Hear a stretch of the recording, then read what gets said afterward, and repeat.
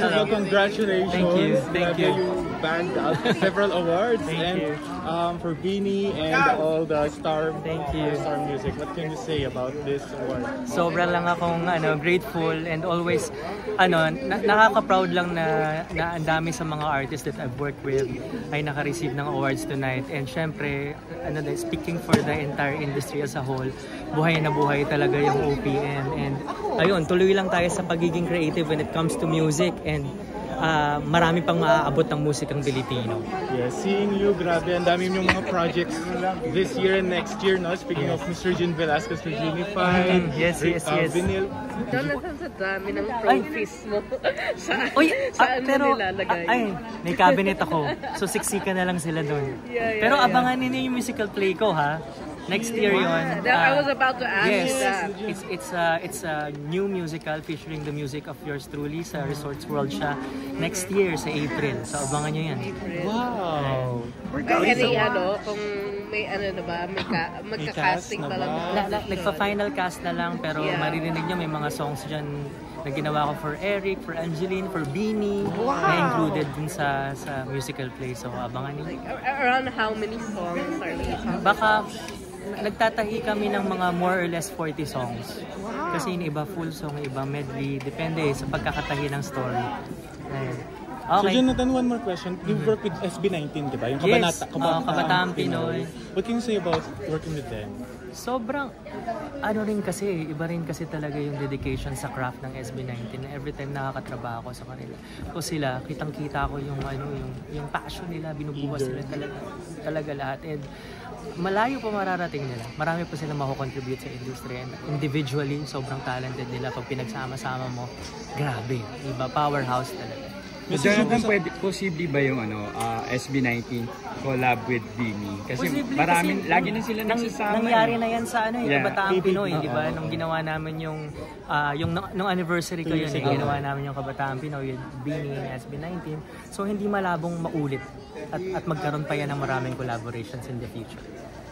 Message yun na lang po sa kanila, 6th anniversary nila. Congratulations SB19 and more power to you. Alam ko, marami pa kayong makakontribute sa industry.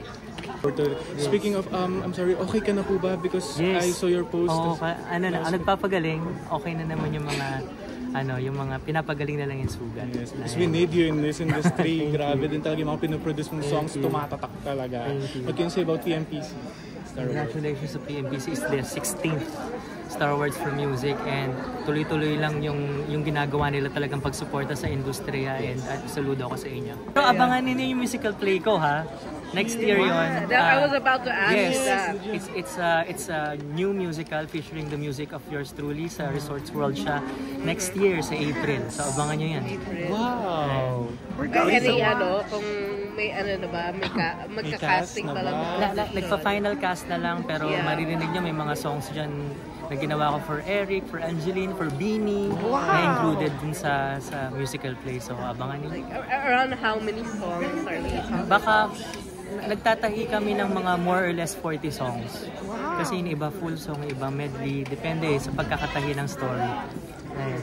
Okay. So Jonathan, one more question. You work with SB19, di ba? Yung Kabataan Pinoy. What can you say about working with them? Sobrang, iba rin kasi talaga yung dedication sa craft ng SB19. Every time nakakatrabaho ko sa kanila.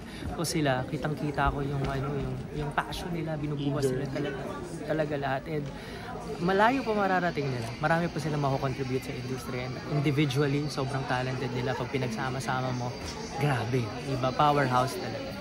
Jonathan, posible ba yung SB19 collab with Beanie? Kasi lagi na sila nagsasama. Nangyari na yan sa Kabataan Pinoy, di ba? Nung ginawa namin yung anniversary ko yun, ginawa namin yung Kabataan Pinoy, yung Beanie and SB19.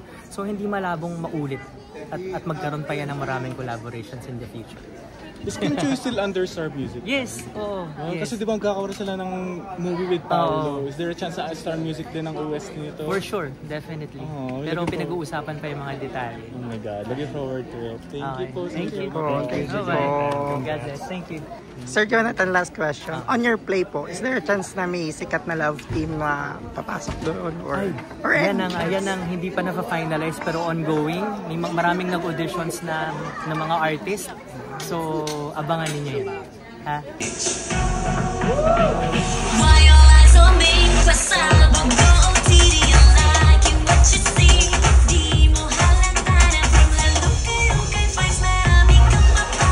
Presenting the trophy for the PMPC is Boy Romero.